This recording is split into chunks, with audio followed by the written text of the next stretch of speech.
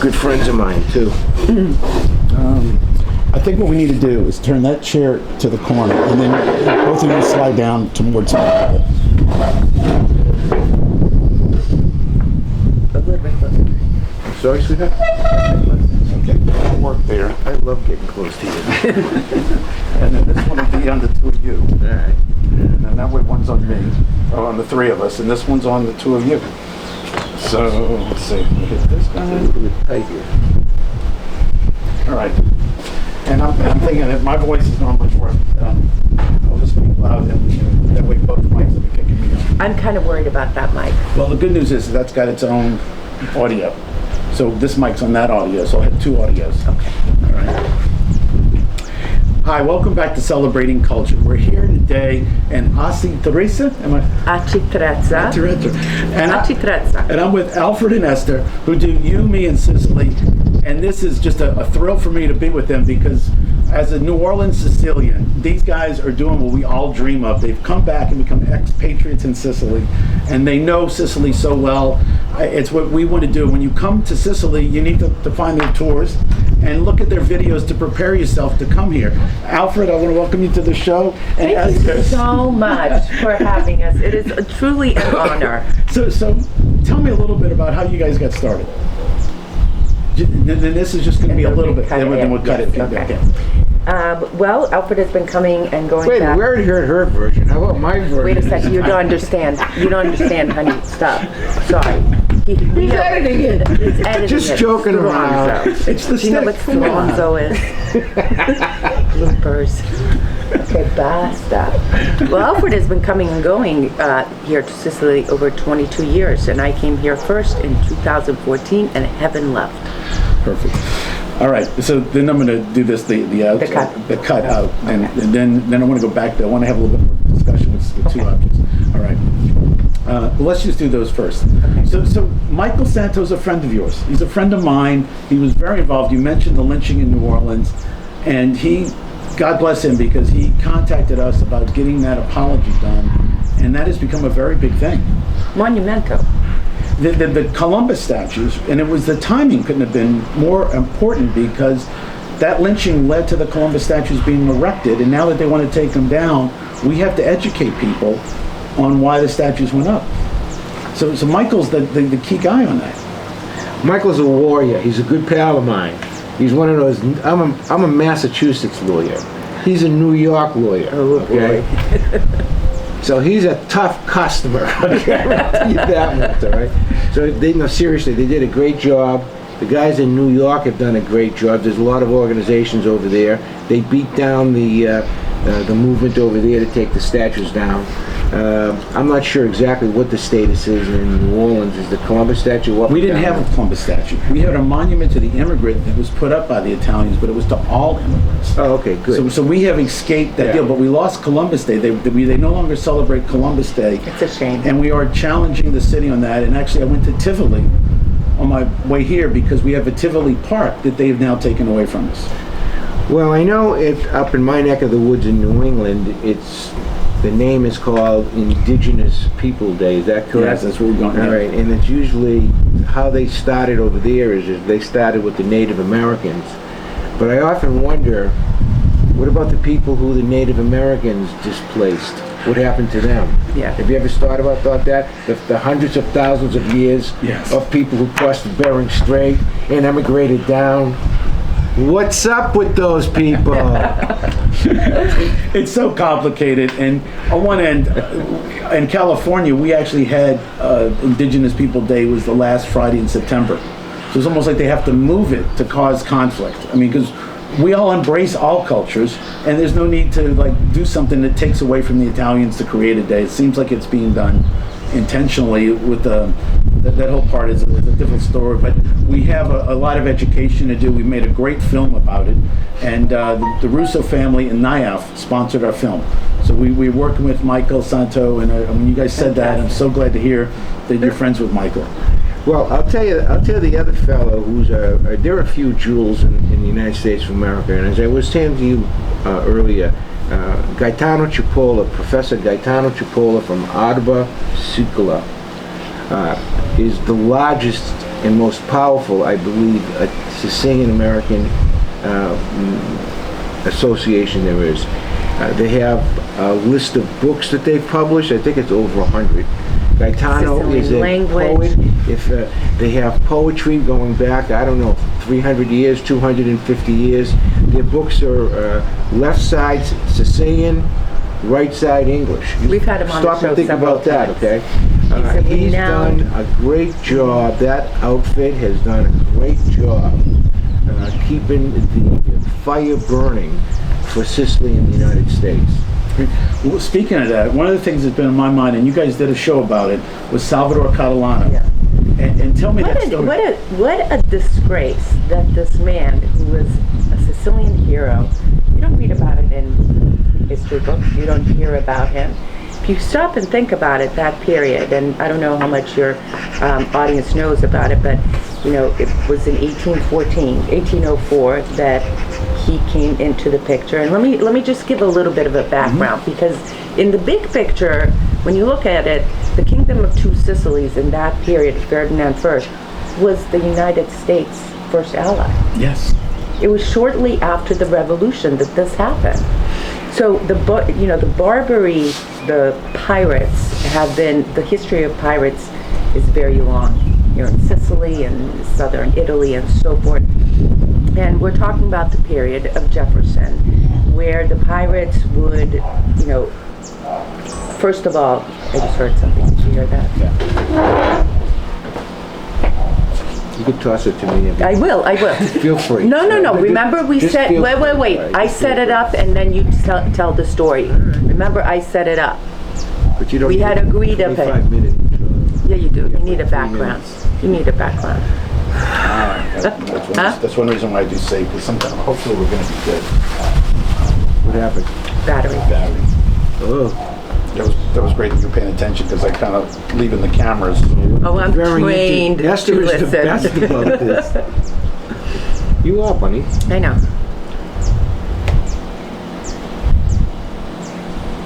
Do you want me to start over?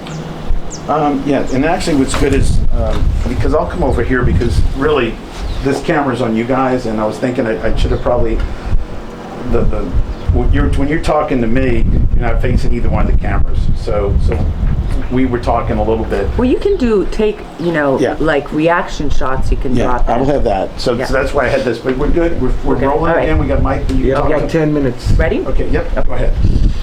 So Salvatore Catalano, who was he? Well, first of all, he was born in Palermo, and really he was a hero during the Barbary pirates when they confiscated one of the ships, the Philadelphia, and this was during the presidency of Jefferson. And for those people who don't know, pirates have existed for thousands of years, and they stole, they kidnapped people, and they always required some kind of a ransom. And up until this period, the American ships that would sail in this area were protected by a lot of, the French, the British, but after the revolution, they didn't have that protection anymore. So, fast forward to the beginning of the 1800s, and the Philadelphia was conquered by the Barbary pirates and taken to Tripoli. It actually ran ashore, ran aground. The Philadelphia? Yeah, it ran aground. And its guns were facing opposite of where the Tripoli guns were hitting them, is what happened. And then they captured them. So what happened, they surrendered, but the boat was there, okay? Yeah. And Wait, that so was let a me very- finish that was a very about important Salvatore. boat. So what happened was that they asked some of the Sicilians during the Kingdom of the Two Sicilies under Ferdinand. Ferdinand allowed the Americans to come to Naples and Sicily to its shores. And they tapped Salvatore Catalano, a very seasoned sailor. He spoke multiple languages besides Sicilian. He knew the waters really well. And so he volunteered to go and destroy the Philadelphia. They wanted to destroy the Philadelphia because they didn't want the political propaganda of having an American boat there. You have to understand the whole concept of privateering, what privateering was about, which was, in those days, you got a license from a country to raid boats, okay? So Tunisia, Libya, that area over there, the North African area, they love to raid. They had been raiding for hundreds of years. Not only that, but it was so bad when the United States was in its formation that under the Jefferson administration, it took 10% of their budget, the defense budget. Imagine 10% of the defense budget was to protect American shipping in the Mediterranean. But Jefferson didn't want to pay the ransom many times. He didn't want to pay the ransom, but they were paying to defend the shipping. I mean, don't forget, that's what the term leathernecks came from. Leatherneck. You hear that? The Marines? They wore big, thick leather around their neck because when they got into fights with the Barbary pirates, they had these big swords that would hit you in the neck. So the thick leather protected the blows. Yeah. So, anyways, this guy Catalano, he was a great guy. He was more of a pilot than he was he was a pilot. In other words, he had an intimate knowledge of the sea. So what they did was they commandeered a Tripoli boat. They commandeered a boat, and they got into the harbor. And they called it the Intrepid. They renamed it. Right, they renamed it the Intrepid, but when they got close over there, the guys from Tripoli, the Barbary pirates, were saying, "Who are you?" And they said, "Well, wait a minute, we're from Tripoli over here. The boat needs a little bit of repair. Can we pull into the harbor?" Pretty much. And that's exactly what they did. And the boat pulled into next to the Philadelphia. Meanwhile, back at the ranch, all the Marines were underneath the deck. Am I correct? But just going back to this, they got there. And Salvatore Catalano was smart enough to think, okay, he spoke a little bit of Tripolian, and he started engaging them in conversation. So here he is in a very dangerous situation, having to sink the Philadelphia. He knew the men were hiding at the bottom, ready to attack, but he said, wait, I gotta give my men a little bit of time. Let me engage in some kind of conversation. And because he spoke Sicilian and other languages, he was able to, give the men a little bit more time. So what happened was, suddenly they discovered, oh, Americano, they're actually Americano. And so the men, the bottom, came up, and they hooked the Philadelphia. They overthrew the guards over there. They set it on fire, and they took off. And no one got hurt, and all of the Americans were able to escape. But this was under Lieutenant Stephen Decatur. 22 years old. He was a youngster. He was a kid. But you know what people don't know about Bunny? What? Is that underneath that, with those Marines that went to attack, there were another 3 Sicilians. So there was Catalano on the top. So let me say something to you. 4 Sicilians against 100 from the Barbary coast wasn't even close. But this man was really a hero. Think about it. He was really a hero. And let me just say something that after all of this, Lieutenant Stephen Cavour, he really recognized Cavour was the architect of the unification of Italy. Decatur really recognized how much Catalano had helped in this mission, and he came to the United States, Catalano, and he became a citizen. He worked at the Navy Yard. He was in charge of the Navy Yard. He was in charge of the pilots of the Navy Yard until he had a serious injury. So imagine this little boy from Palermo, Sicily, having such a big effect on a major U.S. operation. Stephen Catalano.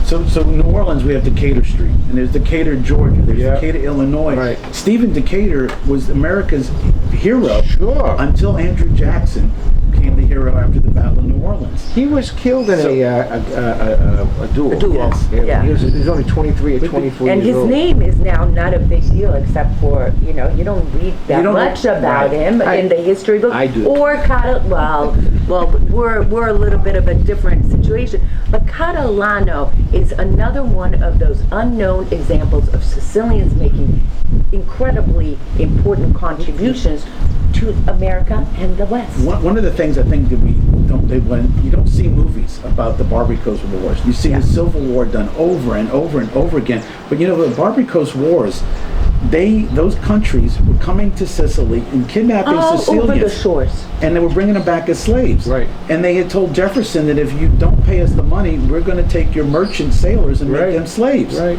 So when they started doing that is when this war started, the U.S. got into it. And we don't want to talk about that, it seems. Hollywood doesn't want to. Well, portray you know, that. the whole thing about pirates, we have such a sexy, Yes. view of it, but really Sicilians suffered a lot. There's time and time examples when the pirates would come to Sicily and Sicilians would have to flee and start a new, live somewhere else, right? Because a lot of the fortification, you went out to Castello yesterday, fortifications made all over Sicily to protect against these Barbary pirates. Absolutely. And that's in the Marine Corps hymn later. You have the phrase from the halls of Montezuma to the shores of Tripoli. And that comes from that war. Yeah. Salvatore Catalano. Palermo. So anyway, this is like such a thrill to be with you two and learn so much, and I've been a big fan of yours for a long time. And obviously we have many common friends that Michael Santo, Robert, I mean, like other people have introduced me, so it's been great to be here in your home. And I really encourage people to come here and reach out to you guys before, because of all the work you're doing on tours, on genealogy, on roots tourism. We have a no, wait a minute. Here's what we really do, or here's what I really do, okay? Besides this stuff, which is my passion. But we have a nonprofit called the Sicilian Project, okay? We started it 9 years ago, and we teach Sicilian kids to speak English. We train 1,200 kids to speak English. Why do we do that? Because Sicily has become an island of the very young and the very old. That critical mass that you need of the kids graduating from college can't find jobs here because Italy is one of the 3 EU countries that is not bilingual. So that's what we do. It's a huge problem in Sicily. We can't teach them to speak fluently, but what we do is we open the door for them. And we teach them how to learn English. We have camps and so forth all over the place. All we want to do is plant The a Sicilian seed. Project is called. All You we can want to Google do us. is plant a seed Yep. in the hearts and minds of Sicilians, so that they, after our camps that we have all over Sicily, free to Sicilian Right, kids, free. that they go and seek more to learn Italian, because it is a huge problem here, especially in Sicily.